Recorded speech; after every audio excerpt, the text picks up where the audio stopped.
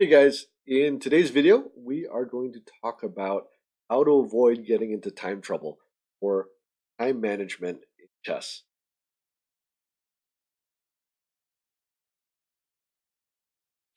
Okay, in today's video, we're going to talk about kind of the basics of time management for your chess games when you're using a clock. And the first one is to understand your time control. We'll get into that. Next, we'll be evaluating the criticality of the position because that's going to let you know whether or not you can afford to spend extra time on a specific position. We're also going to talk about adjusting your speed or your rate of play during the game. And then finally, knowing yourself, really understanding the causes of any time trouble you might experience. Before we move on, I want to, this is mainly for longer time control games. These principles that we're going to talk about don't necessarily apply as much to blitz games, in which case you should probably be playing fairly quickly all the time, but more for your longer tournament games. So, anyways, with that in mind, let's move on. Okay, understanding your time control, and what we're going to do here is you're going to take your uh, time control and you're going to divide it by the number of moves. And most games, I would say the average number of moves is about 40. But if you tend to be someone who plays, you could just look at your games, and your games usually last 45 or 50 moves, so you can adjust this. But basically, divide the main time control by 40 moves, and that way you're going to know where you want to be time-wise during the game. And so let's look at a couple examples. So here, if you have a time control of 60 minutes, your average move is going to be about a minute and 30 seconds. And I'll give you an example about, in the opening, a lot of times you're going to be moving a little quicker, especially if you understand your opening repertoire and the general lines of your openings. So, but with this general um, structure, at move 10 here, we're going to want to have at least 45 minutes left on our clock. At move 20, which is halfway during the game, we want to be halfway done with our time. And then at move 30, have about 15 minutes. Now, the idea here is that to optimally play, you want to use as much of your clock as possible. It wouldn't make sense to try to get all of your moves done in 10 minutes if you have 60 minutes on your clock, because then you're making uh, poorer moves with the principle that more time would help you to make a better decision. So that's the general idea behind this. Okay, now let's adjust for quicker moves in the opening. So let's say you complete your first 10 moves in 5 minutes. Therefore, you have 30 moves if for that 40 move average game left, and you have 55 minutes to make those moves. So what you could do here is you would divide it. So 55 divided by 30, it's approximately 1 minute and 50 seconds. So you have almost 2 minutes per move. So with that in mind, at move 10, you would have 55 minutes left. At move 20, you would have 37 minutes left.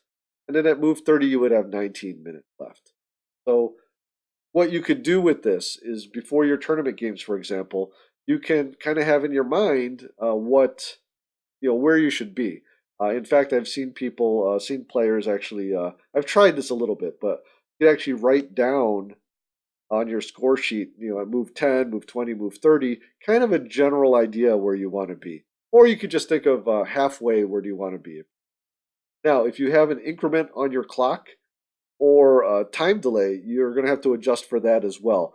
What I like to do is think about that beforehand, but in general, with those things, just use the whole minutes as your guideline. So, for example, even if let's say you have a game 45 with a 45-second increment, like the Team 45-45 league.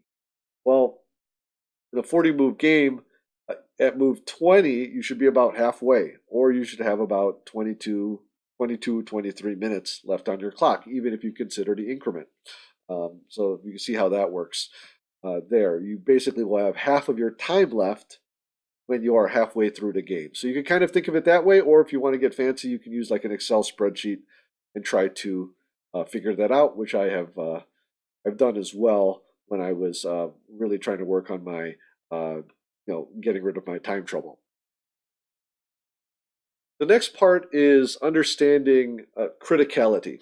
And I think this phrase I first got from National Master Dan Heisman in an article about time control. But by the way, a couple articles, I'll put the links in the notes. Read a couple articles about time control from Dan Heisman. So he has talked about this a little in some of his articles.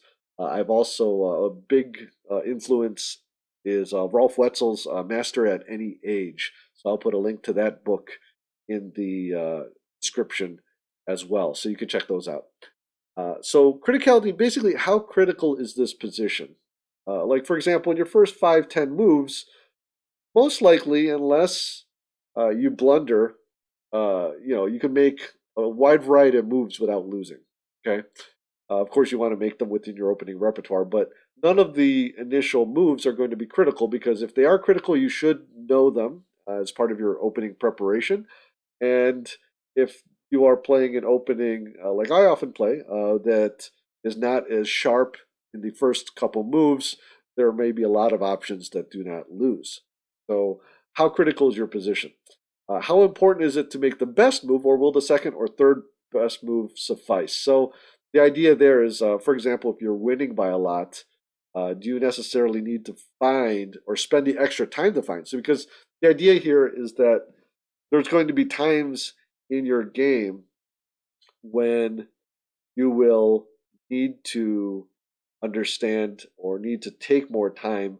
Otherwise, you're going to have a losing position, or you're going to making the second best move is not good enough. You'll just have a worse position, or the number one position will be that much better. So here's some examples, and I'll actually show you a couple positions for my games. One area example would be speculative sacrifices. So if your opponent, uh, and it whether they make the sacrifice or have the potential to make the sacrifice, you want to make sure you take enough time to evaluate your response. Should you accept that sacrifice or decline it? And if you're going to make a sacrifice, because if your sacrifice is not sound, you will just be down material and probably lose the game. So whenever you make those types of moves, or your opponent makes those types of moves, you have to take sufficient time in order to make sure that you make the proper response. Major changes in the pawn structure.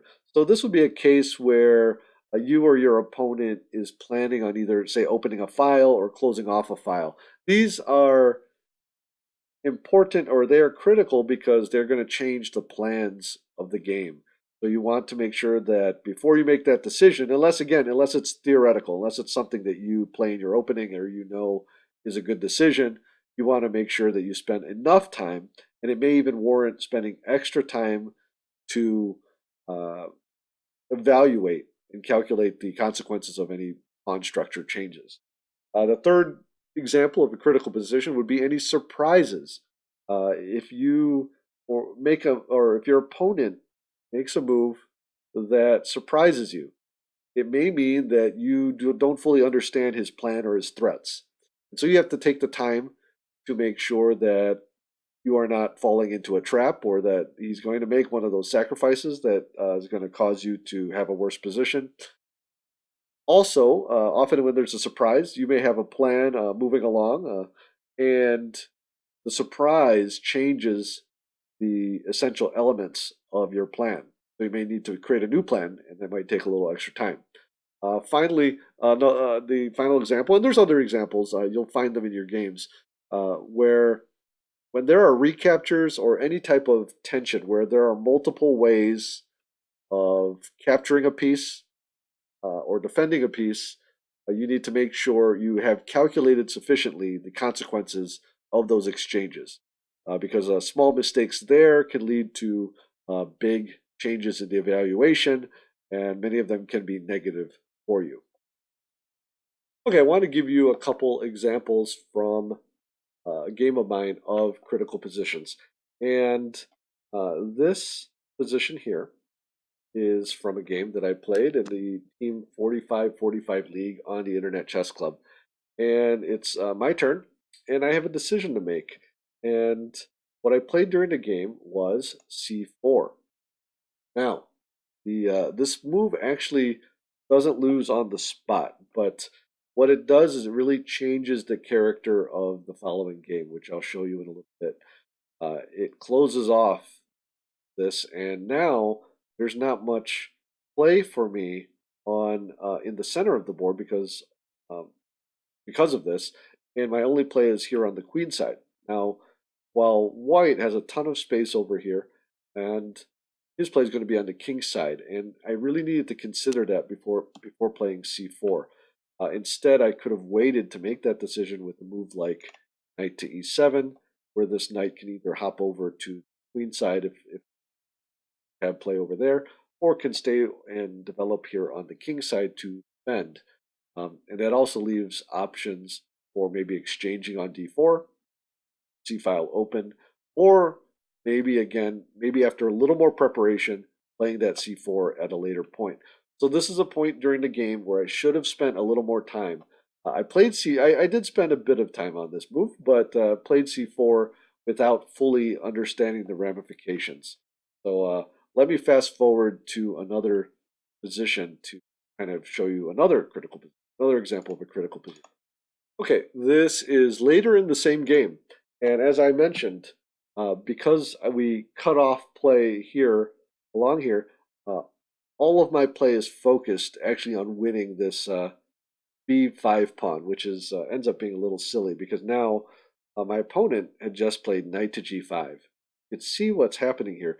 There's really my king is kind of stuck here in the center, but all of white's pieces are on this side of his pawns and can come over my king side. So here I really need to spend a lot of time deciding how to defend this. Should I drive this knight off? Analysis.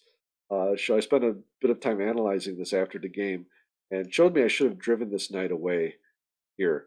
And the point being is that the critical move here is this sacrifice here on f7, and with king takes f7, and then if he comes in with bishop takes or bishop to h5 check, I can actually come over here, and then if he tries to checkmate me with this um, queen to g6, then I could even do something like just taking this pawn, and now my queen is defending f7 square.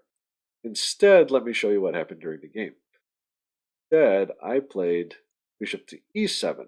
Now, this doesn't lose on the spot, but after f4, um, I now played h6, and um, this move loses instantly because now after knight takes f7, I figured the only move I can make is king takes f7. And again, this video isn't about the specific position, so I won't go into all of the details. But now it's less effective because my queen can no longer cover the f7 square. So I end up defending for a while and actually end up equalizing. But because of the time I spent making the wrong move or not spending enough time calculating the ramifications here, I end up spending more time and getting into time trouble and then making mistakes in time trouble, losing that game. So this would be another example of a critical position because my opponent had that sacrifice. I saw that sacrifice, and I should have spent more time finding the right defense. Okay, sometimes it's going to be you're not always good. The schedule that you follow, Rolf Wetzel in his book basically says you need to follow the schedule very strictly. And as we all know, sometimes we don't have to. Sometimes there are simple recaptures that only take a couple seconds to verify. And in your opening, sometimes if you know the theory, you may only take 10 seconds or less to make a move. But sometimes during the game, you're going to have to adjust your assumptions because maybe, well, here are the times. Like, for example, if you're going to be heading into an end game that may last 60, 70, or 80 moves, then obviously your assumptions or your calculations on how much time you should spend on each move will change. So you have to kind of determine on the fly how much time you should be spending on each move. And you definitely need to have an idea of this, unless you never get into time trouble, but in order to optimize your use of your time. And the other one we already spoke about is critical positions. So if those critical positions end up taking extra time to make your decision and to make your moves, that means you'll have less time overall, and you're going to have to readjust the assumptions you make for how much time you can spend on a move. Finally, if you are way ahead or way behind in your schedule, for example, if you are way ahead in your schedule, but you feel like you're making good moves, you might want to, if you feel a position is getting to be critical, you can allot extra time to do that as long as it doesn't maybe cause you to fall behind in schedule. And if you're way behind schedule, you may need to really determine which moves are not critical and make your best guesses or make the best move with the time you have. Okay, so you have to be able to adjust during a game, just like you do with any chess game, but you have to do that with your clock management. Well, okay. This next final part here is knowing yourself. So a lot of what we've talked about is planning before the game in terms of understanding how much time you should be spending on each move, and during the game, making adjustments as well as evaluating your positions to know when you need to spend more time or less time. So after the game, it's very important to analyze your game, and especially games where you got into time trouble. So look at what could be some of the reasons, and here's some possibilities. For example, maybe there were some tactical calculations, and maybe you're not very good at calculating. So that's something where if you see that happening often, you may need to spend more time doing tactics puzzles or end game studies, depending on your level, of course. Do you get confused in the opening? Maybe there's holes in your opening repertoire. So maybe you need to fill those holes or maybe study more games and plans so that you're not spending so much time studying from scratch. Because in a lot of openings, the plans are going to be similar even with the various sub variations. So if you have a good grasp of your opening repertoire, then it won't cause you to fall behind in time there.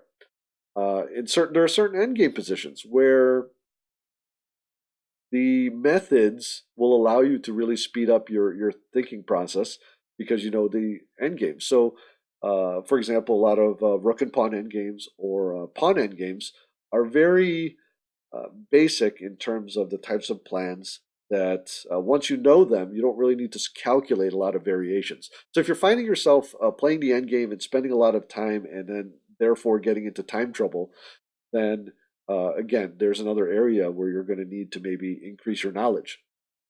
And then one final area here, and again, it's not the only one, but these are just a few examples for you to think about. Do you have trouble developing a plan? So do you get out of your opening repertoire and then all of a sudden spend half of your time trying to figure out what to do next? So this, in this case, you may want to study annotated master games within your repertoire, or maybe watch some videos within your specific openings to understand not only the first 10 or 12 opening moves, but what are the typical plans? Where should I be putting my pieces? Where are my typical pawn levers? And understand those so that you have a foundation upon which to develop plans in your specific openings. Okay, just some final tips with regard to time management. Uh, don't play inferior moves to try to confuse your opponent who is in time trouble. So I see this, or I've done this often, where I will unnecessarily, in a winning position, try to make the game more complex than it needs to be because my opponent is lower on time or he's in time trouble. This just allows him to uh, capitalize on any mistakes you might make. So make the best moves possible. In fact, if he's in time trouble, all the more, all the better, because now he has less time in order to respond to your best moves. Always play according to your schedule. In one of the comments on one of the videos, actually, this is what inspired me to make this video. One of our listeners or one of our viewers was saying that he often falls behind his opponent's time. Now, if we've planned ahead and we know how much time we need to take on each move, and in general have a general plan for where we need to be at certain points in the game, then if your opponent plays too fast and has more time than you, it doesn't really matter because he's losing something by doing that. He's playing faster than you. It means he is not spending as much time thinking about his moves, which, all else being equal, will mean that he's probably making worse moves than you are. So stick to your schedule. There's no need to play faster as long as you're on schedule. Okay. This next one, you can't always find the best move, and this is a tough one for some players because we are, as chess players, when we play these long time control games, we always want to play the best moves. However, when the positions are particularly complex, maybe past our current abilities to fully understand, we will need to be a little more practical. We may need to make moves that we know are not losing, even if we know there may be possibilities to make a better move. For example, there may be sacrifices we want to make, but if we don't have enough time to calculate the ramifications, we could do one of two things. We can speculatively make that sacrifice with good chances just based on our intuition. And there's a lot of really great players who have done that in the past. Or we can play a safer move and basically look for opportunities later in the game, maybe after we've caught up on the clock. The idea here is that if you want to have unlimited time to find the very best moves, then you want to play some correspondence chess.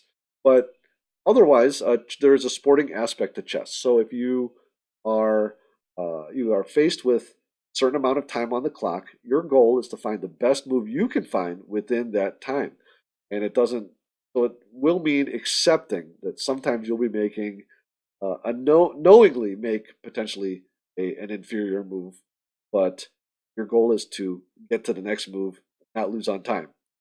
Okay, finally, don't let pride get the best of you. So this is kind of a corollary to uh, the last one. I've seen players, and maybe I've done it myself, where maybe they blundered and they find themselves losing to a player that they feel that they are better than.